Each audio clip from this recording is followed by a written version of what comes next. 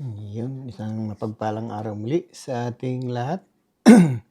Sumain niyo nawa ang kapayapaan sa oras na ito habang tayo ay nag-aaral ng salita ng ating Panginoon. So last meeting ay napag-usapan natin na tuturo ko sa inyo yung mga bagay na nagiging palatandaan na tayo po ay nagba-backslide na o hindi nananatili at nanlalamig. So, pag-aralan natin kasi yung condition of being saved. So, kailangan po nating manatili at napakaraming palatandaan na hindi po totoo yung once saved, always saved. So, once na ikaw ay nagkaroon ng salvation, so you are justified, pinawalang sala tayo. And after ng pagpapawalang sala ng Panginoon, na-receive natin yung salvation and habang tayo ay lumalakad sa sanlibutan ito, tinuruan po tayo ng pananatili. At kapag po tayo nanatili, so nagkakaroon po tayo ng buhay na walang hanggan. Maliwanag po yung sinabi ng Panginoon sa Matthew 24 verse 13, ang manatiling tapat hanggang wakas ay siyang maliligtas. At sa ating pananatili, ang bilin po ng writers ng Hebrew, sabi rito sa verse 14 ng chapter 12, sikapin ninyo makasundo ang lahat at magpakabanal kayo sapagkat hindi niyo makikita ang Panginoon kung hindi kayo mamumuhay ng ganito. So habang nananatili po tayo, sikapin po natin makasundo ang lahat. Kung tayo ay binilang ng Panginoon sa kanyang iglesia, sikapin nating makasundo ang mga tinawag din ng ating Panginoon. At higit sa lahat ay mamuhay tayo ng may kabanalan. So will po ito ng ating Panginoon. Isa po itong command ng Panginoon. After na tayo na justified, nasa sanctification process po tayo, yung pagpapakabanal. At yung final na goal natin, matanggap natin yung glorification pag dumating ng ating Panginoon. So isang magandang paalala ito po sa atin sa aklat ng Hebreo na sikapin ninyong makasundo ang lahat at magpakabanal sapagkat hindi niyo makikita ang Panginoon kung hindi kayo mamumuhay ng ganito. So ito po yung after ng justification, ito na po yung buhay natin. We are living into holiness at magpapakabanal tayo habang hinihintay natin ang pagbabalik ng ating Panginoon. Kaya nga kung tayo'y mananatiling matatag, at sabi rito, at sa ating pananampalataya, tayo po ay magtatagumpay. So makikita po natin ang ating Panginoon. So kung tayo ay meron ng buhay na walang hanggan at nakita natin, ito po yung final na pinag-usapan natin. So ano-ano ba yung mga bagay na kailangan natin gawin para matupad ang kalooban ng Diyos? So una, makinig tayo ng salita niya para magkaroon po tayo ng pananampalataya. So yung pananampalataya ay nagmumula sa pakinig ng aral tungkol kay Kristo. And then kapag tayo po nananampalataya na, nakita rin natin na isang kalooban ng Diyos ay tayo ay magsisi. So ang pagsisisi ay magagawa natin kung meron na po tayong pananalig sa ating Panginoon. Kaya nating talikuran ang ating mga gawang masasama, yung mga kasalanan. And then kaya nating i-confess ang Panginoon bilang Panginoon ng buhay natin at naniniwala tayo ng buong puso na siya'y muling binuhay ng Diyos. So meron na po tayong faith, confession, repentance, and pinag-aralan din po natin yung baptism, isa sa kalooban ng ating Panginoon. Baptism po, ito yung huling pagkakataon na pinag-aralan natin. Ito po yung huling hakbang na ating dapat gawin para tayo ay mapatawad sa kasalanan upang tayo ay malipat doon sa buhay na namumuhay ayon sa liwanag. So ito yung decision natin para makaisa ang Panginoon. Sa baptism, dito natin tinanggap ang kapatawaran, dito natin tinanggap yung biyaya, at higit sa lahat, dito natin tinanggap yung tatak ng Diyos sa atin, which is yung Holy Spirit. So after na tayo ay nabautismuhan, ang sabi ng Panginoon, manatili pa kayo sa aral ko, at ang tinuro ng ating Panginoon ay yung manatiling tapat tayo hanggang wakas sa kanyang katawan. Kaya nga habang tayo nananatili, namumuhay ayon tayo sa kabanalan. So meron tayong dapat gawin personally sa ating buhay. Dapat, ang sabi nga rito, mamuhay sa pagpapakabanal o kailangan natin yung kabanalan habang tayo ay namumuhay. Kasi sabi rin ng Panginoon, banal ang tumawag sa inyo, kaya magpakabanal kayo. So we are different among the others, so we are separated from the world. And ang tawag sa atin ay mga pinapaging banal ng ating Panginoon. So dapat po tayo namumuhay ayon sa kabanalan. Sabi sa Colossians 1:23, subalit kailangan niyo manatiling tapat at matatag sa inyong pananampalataya at huwag pabayaang mawala ang pag-asa ng dulot ng magandang balita na inyong narinig. So isa itong paalala ni Paul na kinakailangan nating manatiling matatag at tapat sa ating pananalig sa ating Panginoon. At pag hindi po tayo nanatiling matatag, ang sabi nga, at posibleng mawala yung pag-asang dulot ng magandang balita. Kaya nga kung ang pag-asa ng magandang balita na ating narinig ay pagkakaroon ng buhay na walang hanggan, posible natin itong maiwala dahil napabayaan natin. So yung pagpapabaya, isang dahilan ito upang hindi tayo makapanatili at isang sign ito para tayo ay tumalikod sa ating Panginoon. So totoong may tumatalikod at ayon sa banal na kasulatan ay maraming natala dito na mga verses na pwede nating pagbatayan na yung mga taong naliwanagan na ay muling dumabalik sa dati nilang pamumuhay. Kaya nga yung holiness ngayon na dapat nating ipamuhay o yung pagpapakabanal na dapat nating isinasapuhay, hindi natin nagagawa. Akala natin nagtatapos sa baptism.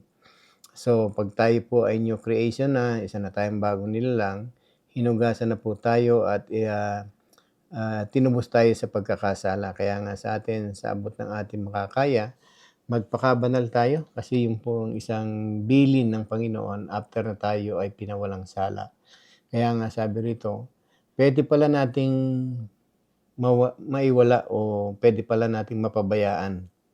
Kaya nga yung ang paalala ni Paul, kinakailangan kayong manatiling tapat at matatag. Yung pagiging tapat po ay sa ating Panginoon, sa iyong mga narinig, at maging matatag sa iyong paniniwala o pananampalataya. Kasi pag hindi po nangyari yung katatagan at katapatan, ang sabi nga rito, ay huwag pabayaang mawala. Posible palang mawala ang pag-asa ng dulot ng magandang balita na ating narinig. So after na nakita natin yung mga proseso para magkaroon ng buhay na walang hanggan, so maiingatan pala dapat natin ito. Hindi pala dapat tayo nagpapabaya para hindi mawala yung dulot ng buhay, dulot ng bunga ng magandang balita na ating narinig. So meron pong tumatalikod talaga. So sabi po sa Hebrew 10:38, sabi rito, babala rin ni Paul, sabi rito, ang matuwid kong lingkod na nabubuhay sa pamamagitan ng pananampalataya, ngunit kung siya ay tatalikod, ang sabi ng Panginoon, hindi ko siya kalulugdan. So yung kaluguran ng Panginoon ay, ang kaluguran ng Panginoon ay nasa mga taong matuwid na hindi tumatalikod. Ngunit kung tayo tumatalikod, ang sabi, hindi rin tayo kalulugdan ng ating Panginoon. Pag hindi nalugod sa atin ng ating Panginoon, alam natin na ang ibig sabihin nito ay kaparusahan. Kasi matapos kanyang tubusin, matapos kanyang pawalang sala, and then tumalikod ka muli sa pag-ibig niya. So, ang sabi, hindi ko siya kalulugdan. Kaya meron po talaga palang tumatalikod sa banal na kasulatan. Isa pong example dito yung Church of Ephesus, kung mababasa natin sa Aklat ng Pahayag, chapter 2. Ito yung sinulat sa iglesia sa Efeso. Ang Efeso po ay nagre-represent ng isa sa ilawang ginto dito sa 7 iglesia. Ang sabi rito sa chapter 2, isulat mo ito sa anghel sa iglesia ng iglesia sa Efeso. Ito ang sinasabi ng may hawak na 7 bituin sa kanyang kanang kamay na ang lumalakad sa gitna ng 7 ilawang ginto. Nalalaman kong ginawa mo ng ang ginawa mo, ang iyong pagpapagal at pagtitiyaga. Alam kong namumuhay ka sa masasama. Sinubok mo ang nagpapanggap na apostol at napatunayan mo sila ay bulaan. Alam ko ring matiyaga ka, nagtiis ng maraming hirap alang-alang sa akin at hindi ng lupaypay. Sa verse 4, ngunit ito ang pinagdaramdam ko sa iyo, nanlalamig ka na sa akin. Hindi mo na ako mahal tulad ng dati. So kung titingnan natin dito, itong Church of Ephesus, isa ito sa pinakamagandang accomplishment na natala dito sa Aklat ng Pahayag na mga ginawa nila. So after na nila ay nagtiyaga, nagtiis, namuhi sa masasama, sinubok niya yung mga nagpapanggap ng bulaang mga apostol o mga propeta. So hindi siya nanlupaypay at nagtiis na maraming hirap alang-alang sa ating Panginoon. At ang naging dahilan lang, sabi nga, ngunit ngayon ito yung pinagdaramdam ko, sabi ng Panginoon, nang lalamig ka na sa akin. Hindi mo na ako mahal tulad noong dati. So, nawala po yung intimacy sa atin, nawala yung ating relationship toward God. So, nawala yung ating init sa paglilingkod sa ating Panginoon, lalo higit ang init natin sa ating pananampalataya. So, meron pala nakatala sa Biblia na kahit ikay matatag ngayon, kahit ikay masipag ngayon sa paglilingkod, one day mararamdaman natin na posibleng maramdaman natin na nanlalamig na rin tayo sa ating Panginoon. At nawawala na rin ang ating pagmamahal sa ating Panginoon. Pag sinabing pagmamahal, paano ba natin minamahal ang ating Panginoon? Sabi po ng Panginoon sa John 14:15, sabi, kung iniibig nyo, tutuparin nyo aking mga utos. At isa sa utos ng Panginoon, itong manatili at magpakabanal tayo. Kaya nga kung tayo after all na natanggap natin yung pagliligtas ng Panginoon, yung biyaya niya, pinatawad tayo, binigyan tayo ng tatak. Pero kung matagpuan tayo ng Panginoon na tayo nanlalamig at hindi natin siya mahal, so ang sabi, ialisin din niya yung ilawan sa ating harapan. Kasi sabi rito, sa verse 5, alalahanin mo ang dati mong kalalagayan, pagsisiya mo at taligdan yung mga masasamang gawa, at gawin mong muli yung ginawa mo nung una. Kapag hindi ka nagsisi, paparihan ako at aalisin ko sa kalalagayan mo ang iyong ilawan. Ano ba yung ilawan na yun? Ito yung ating liwanag, ito yung ating espiritu na tinanggap mula sa ating Panginoon, o ito yung ating Panginoon na naging dahilan kung bakit tayo naging ilaw ng sanlibutan ito. Ito yung ating pagiging matuwid sa harap ng ating Panginoon. Kaya nga sa atin, yung ilawan na yan ang nagsisilbing liwanag natin para makapagpatuloy tayo sa buhay ng bilang isang mananampalataya. Kaya nga sa Hebrew 10:38, kung ang matuwid kong lingkod ay mabubuhay sa pamamagitan ng pananampalataya, ngunit kung siya'y tatalikod, hindi ko siya kalulugdan. So para magkaroon po tayo ng kaligtasan, iwasan po natin na tumalikod sa ating pagmamahal sa ating Panginoon. Sa 2 Peter kasi, sabi rito sa chapter 2, verse 20 rin, sabi ni Pedro dito sa kanyang sulat, sapagkat kung nakatakas na sa kasamaan sa sanlibutan ang mga taong kumilala kay Kristo na Panginoon at tagapagligtas, ngunit kung muli silang maakit na dating masamang gawain at tuluyang mahulog dito, ang magiging kalagayan nila ay masahol pa sa dati. Mabuti pang hindi nila nalaman ang daang matuwid kaysa pagkatapos malaman ang banal na utos na itinuro sa kanila ay talikuran nila ito.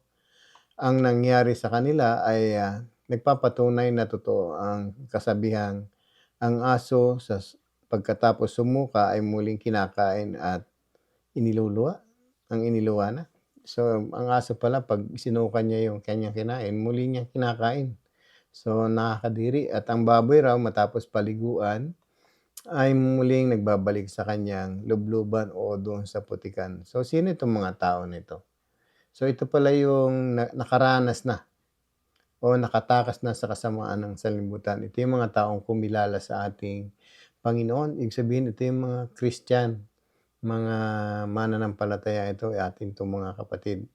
Pero ang sabi nga rito, ngunit kung muli silang maaakit ng dati nilang masamang gawain, at tuluyang mahulog dito, ang magiging kalagayan ay mas masahol pa sa dati.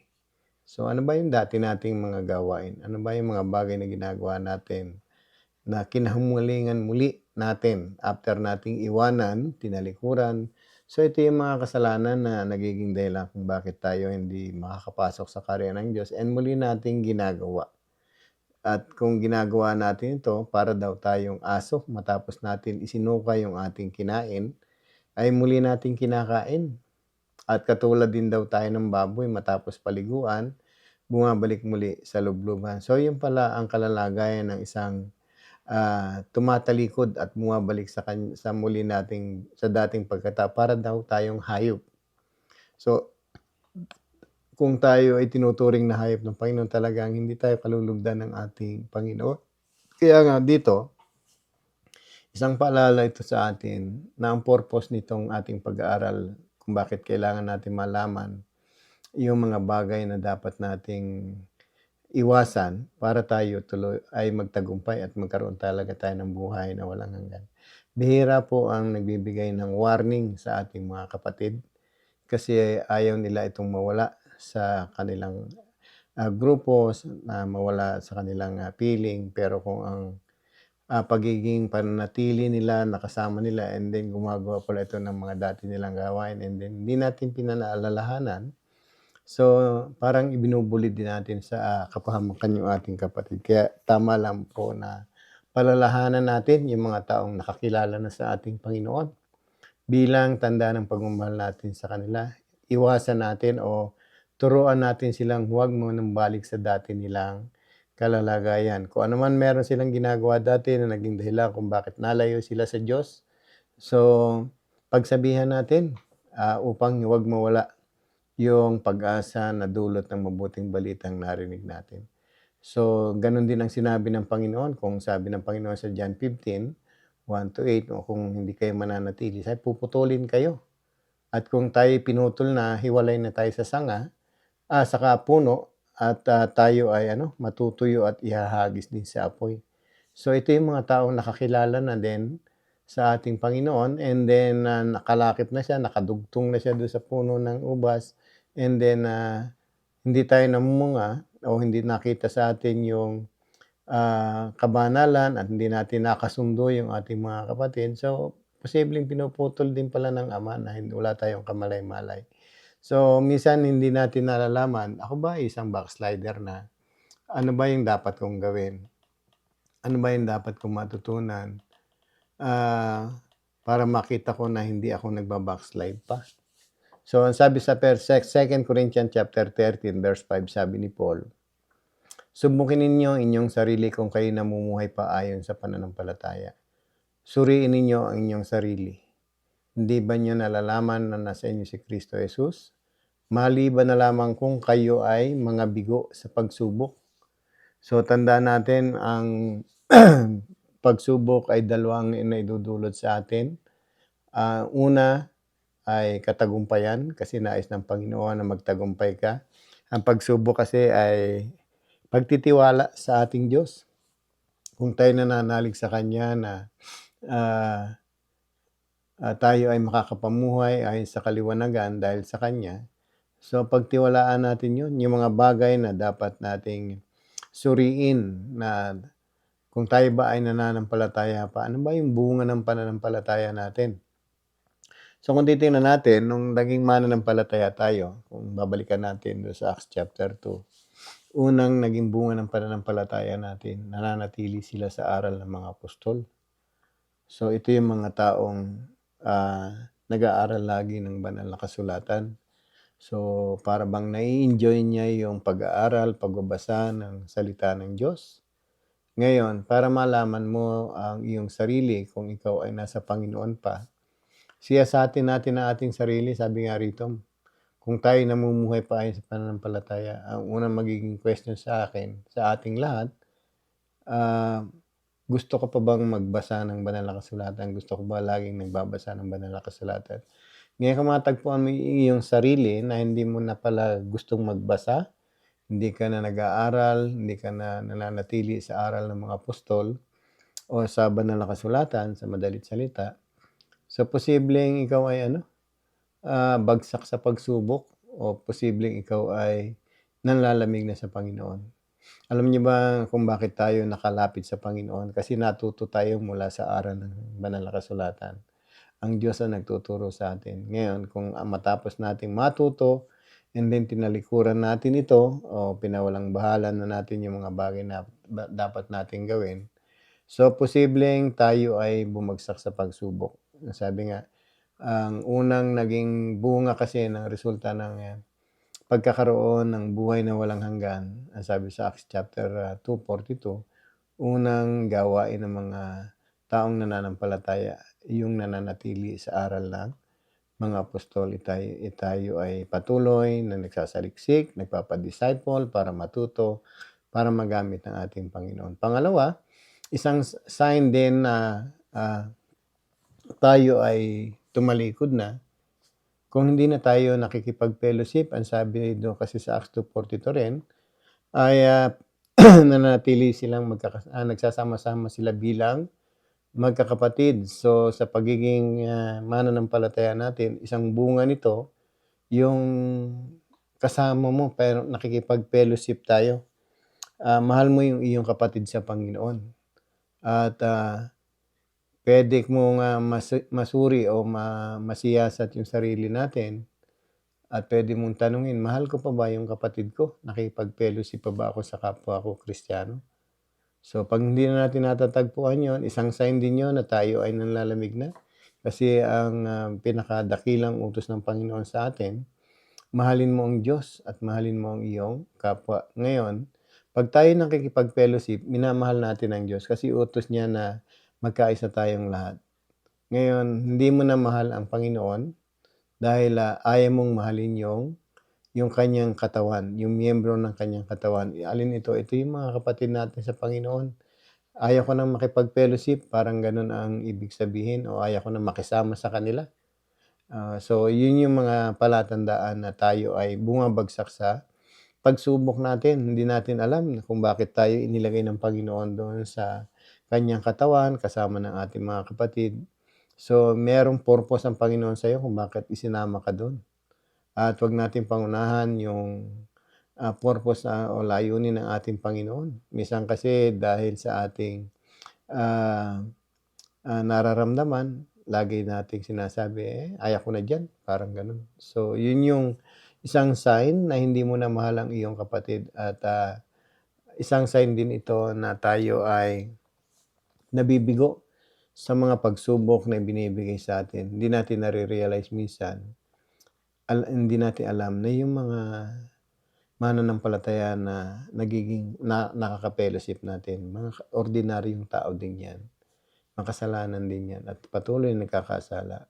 Pero sila yung mga minahal ng Diyos, pinatawad ng Panginoon. Kaya nga kung hindi mo sila kayang mahalin, tandaan natin kung gaano kamahal ng Panginoon ang kanyang mga anak, ang kanyang iglesia. Namatay siya para dito. Kaya nga isang sign na mahal mo ang iyong mga kapatid o mahal mo ang Panginoon, mahal mo ang iglesia ng Panginoon, nakikipellowship tayo o nakikisama tayo. So, makikita natin ito yung mga activity after ng ating pananampalataya. So, ano pa? Ang sabi ron, manatili sila sa mga aral ng mga apostol, nagsasama-sama bilang magkakapatid, nagpipira-piraso ng tinapay. So, ito yung nakiki-Lord Supper. Ito lamang yung mga gawain na bagay, itong putol-putol ng tinapay o pagpipira-piraso ng tinapay. Meron kasing mananampalataya na ayaw makipag-fellowship. Puwedeng nasaktan, puwedeng natisod. Ang katwiran nila, dito na lang ako sa mga tele-evangelist, dito na lang ako sa TV. Meron tayong utos ng Diyos na hindi mo magagawa mag-isa. Ito yung pakikipagpira-piraso ng tinapay.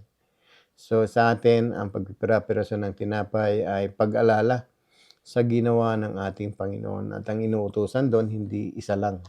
So, meron kang kasama, ito yung mga kapatid natin. Kaya nga nung Panginoon doon sa kanyang huling hapunan, tinawag niya yung kanyang mga alagad, lahat na andoon. Ito yung mga kasama, mga tinawag din ng ating Panginoon. Kaya kung tayo ay hindi nakikipagpira-piraso ng tinapay, diyan ka lang sa bahay, so posibleng bagsak ka rin sa pagsubok kasi isa ito sa itinuturo ng Panginoon. Kaya nga kung tayo ay hindi na rin communion with the others o nakipag-fellowship, hindi na tayo nag-aaral ng salita ng Diyos, mga sign po yan na tayo po ay ah, tumatalikod na sa ating Panginoon. At ano pa po yung sinasabi sa Acts 2:42? Ito po yung mga taong na nagsasama-sama at nananalangin. 'Pag tayo po ay wala ng appetite sa pakikipag-usap sa Diyos o sa pananalangin, at kung ang panalangin natin ay mga personal na lang, hindi natin sinasama yung ating mga mahal sa buhay, at 'pag nananalangin tayo, naka-focus ka sa gusto mo, hindi tayo naka-focus do'n sa ating kinakausap, minsan yung panalangin natin ay hindi na rin nagiging fruitful. At minsan hindi na rin tayo nananalangin at dumarating sa point na ayaw mo ng manalangin. So ito yung mga sign na yung bunga ng iyong pananampalataya ay hindi na po nangyayari.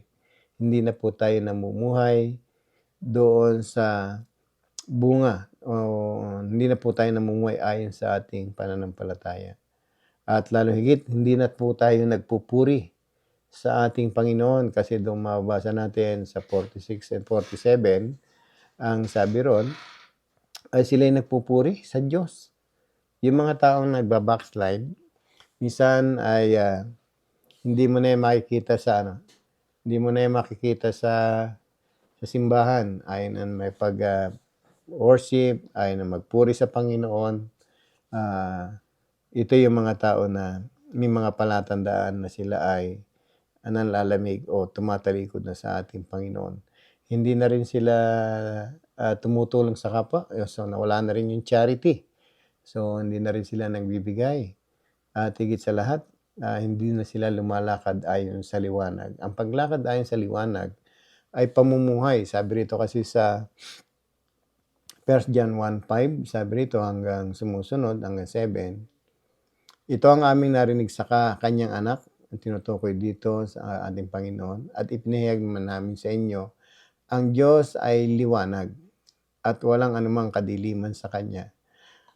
Kung sinasabi natin tayo ay may pakikiisa sa Kanya, ngunit namumuhay naman tayo sa kadiliman, nagsisinungaling tayo at hindi na tayo namumuhay ayon sa katotohanan. Ngunit kung namumuhay tayo sa liwanag, gaya niyan na nasa liwanag, tayo ay nagkakaisa at ang lahat ng ating kasalanan ay nilinis ng dugo ni Kristo na kanyang anak. So, ibig sabihin merong pamumuhay sa liwanag. Tayong mga naliwanagan na, ang sabi, dapat nakikita sa atin yung pagiging malinis natin, na tayo nilinis o dapat nare-remind tayo na nalinis na tayo ng dugo ng ating Panginoon. At ang pamumuhay sa liwanag ay isang bunga rin ng pananampalataya. Kaya nga kung hindi natin susubukin yung ating sarili, sabi nga ni Paul uli sa 2 Corinthians 13:5, subukin ninyo ang inyong mga sarili kung kayo namumuhay pa ayon sa pananampalataya. So pwede nating tanongin sarili natin, ako ba lumalakad sa kaliwanagan? Ako ba lumalakad ng may kalinisan? Ito po yung holiness na tinatawag, ito po yung sanctification. Kasi kailangan na makita sa atin yung transformation. Ito po ay bunga rin ng ating pananampalataya sa ating Panginoon. Kaya nga kung tayo ay hindi nagsusuri o hindi natin sinisiyasat ang ating sarili. Sabi rin ni Paul sa 1 Corinthians 10:12, kahit mag-ingat ang sino mang nag-aakalang siya nakatayo, baka siya ay mabuwal. So, ibig sabihin, isang warning ito ni Paul sa atin, yung nag-assume na siya ay Kristiyano pa, and yet, hindi ka na nananalangin, hindi ka na nag-aaral salita ng Diyos, hindi ka na nakipag-fellowship, hindi ka na nagpupuri sa Panginoon, hindi ka na nagbibigay, hindi ka na pira-piraso ng tinapay, hindi ka na mumuhay ayon sa kaliwanagan. Ang sabi, mag-ingat kayo, baka kayo ay nabuwal na. So, ayaw ng Diyos o ayaw ng Panginoon na ikaw ay malahininga. Ang gusto niya, ikaw ay mainit o active sa pagiging mananampalataya. Kaya nga, sabi ng kasulatan, kung ang matuwid, sabi ni Pedro kasi sa 1 Peter 4:18-19, tulad ng sinasabi ng kasulatan, kung ang taong matuwid ay napakahirap maligtas, ano kaya ang kahinatnan ng mga makasalanan na hindi kumilala sa Diyos? So, nakakatakot. Ang sabi nga rito ni Peter, kung ang matuwid, sino ba tinuturing ditong matuwid? Tayo itong mga nakipag-isa kay Kristo, tayo itong mga nilinis ng dugo niya. Kaya nga kung hindi tayo mamumuhay sa kaliwanagan, hindi tayo mamumuhay sa katwiran. Ang pabala sa atin kung ang mga matuwid ay napakahirap o halos hindi maligtas, ang question niya rito, ano kaya ang kahinatnan ng mga makasalanan at hindi kumilala sa Diyos? So, kung tayong mga kumilala ay halos hindi maligtas, ibig sabihin dito, pag ano natin, talagang pag-ingatan natin na huwag tayong ah, mawala yung pananampalataya natin, yung pagiging matuwid natin. Kasi para tayong dumadaan dito sa apoy. Talagang ito yung warning sa atin. Hindi tayo wina-warningan para tayo lumayo sa Diyos. Wina-warningan tayo dito para lalo tayong magtagumpay. Kaya nga yung backsliding, minsan hindi yan itinuturo sa ibang iglesia, hindi sila niniwala diyan dahil nga meron silang katuruan ng once saved, always saved. Kaya nga, kung meron nagsasalita sa atin dito sa lupa tungkol sa mga bagay na yan, ito rin yung paalala sa atin din ni, ni, ni Peter sa verse 19. Ang sabi nga dito, kaya kung ang matuwid ay napakahirap maligtas, ano kaya ang kahinatnan ng mga hindi kumilala sa Diyos? Kaya nga, ang mga magdurusa ayon sa kalooban ng Diyos ay dapat magtiwala sa lumikha at magpatuloy sa paggawa ng mabuti. Ang Diyos ay laging tapat sa kanyang mga pangako. Kung titingnan natin, kung ikaw ay mapaparusahan, hindi na pala dahil ito sa Diyos, dahil sa iyo. Kung siya ay nangako sa iyo na meron kang buhay na walang hanggan, magtiwala tayo sa Diyos. At habang tayo nagtitiwala sa Diyos, tayo ay nakikinig sa Kanya. Pag sinabi niyang manatili kang tapat hanggang wakas para maligtas, manatili kang tapat. At kung sa pananatili natin kailangan makaisa ang lahat at lalo higit magpakabanal, kailangan natin magpakabanal. Huwag tayong manlamig. Pansin natin sa Church of Ephesus, ang dami na accomplishment pagdating ng huli, sabi ng Panginoon. Ito yung pinagdaramdam ko sa iyo, nanlamig ka na sa akin. Kaya nga yung panlalamig, pag-backslide o pagtalikod at hindi pananatili ay isang malaking kapahamakan sa mga taong umaasa doon sa ating Panginoon. Kaya nga kung sabi ng Diyos, ang Diyos ay laging tapat sa kanyang pangako, magpatuloy tayo. Huwag nating hayaang tayo ay madala, mahukap uli sa sanlibutan ito at mamuhay uli sa tulad ng ating dating pamuhay. So, posibleng putulin tayo ng ating Panginoon. Kaya nga sabi sa Hebrew 12:25, kaya nga huwag kayong tumanggi, makinig sa kanyang nagsasalita. Ang tumangging makinig na nagsasalita sa kanila dito sa lupa ay hindi nakaligtas sa parusa. Gaano pa kaya tayo kung tayo tatangging makinig na nagsalita mula sa langit? Kung merong nagsalita dito sa lupa para sa ating pagkakaroon ng kaligtasan and then tinanggihan natin, hindi tayo nakinig at hindi tayo nagpatuloy, paano kaya pag ang Panginoon pa nagsalita? Kasi sabi rito, kung tayo tatangging makinig sa nagsalita mula sa langit, ano kayang kahinatnan natin? Di ba? Kung ang Panginoon nagsalita na, nanaog na din siya nagsalupa, and then hindi ka pa rin nakinig, naniwala ka pa rin doon sa sinasabi ng iba, at hindi tayo nanatili o posible tayo magkaroon ng panlalamig. So, mag-ingat po tayo na huwag mawala yung ating pananampalataya at huwag mawala ng pag-asa, yung dulot ng mabuting balita na narinig natin.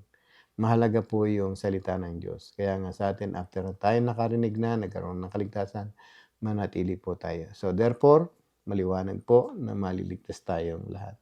So pagpalain po tayo ng Panginoon hanggang sa muli natin pagkikita. Nawa ang aral ng pagkaroon ng kaligtasan ay matamo natin at masampalatayanan natin.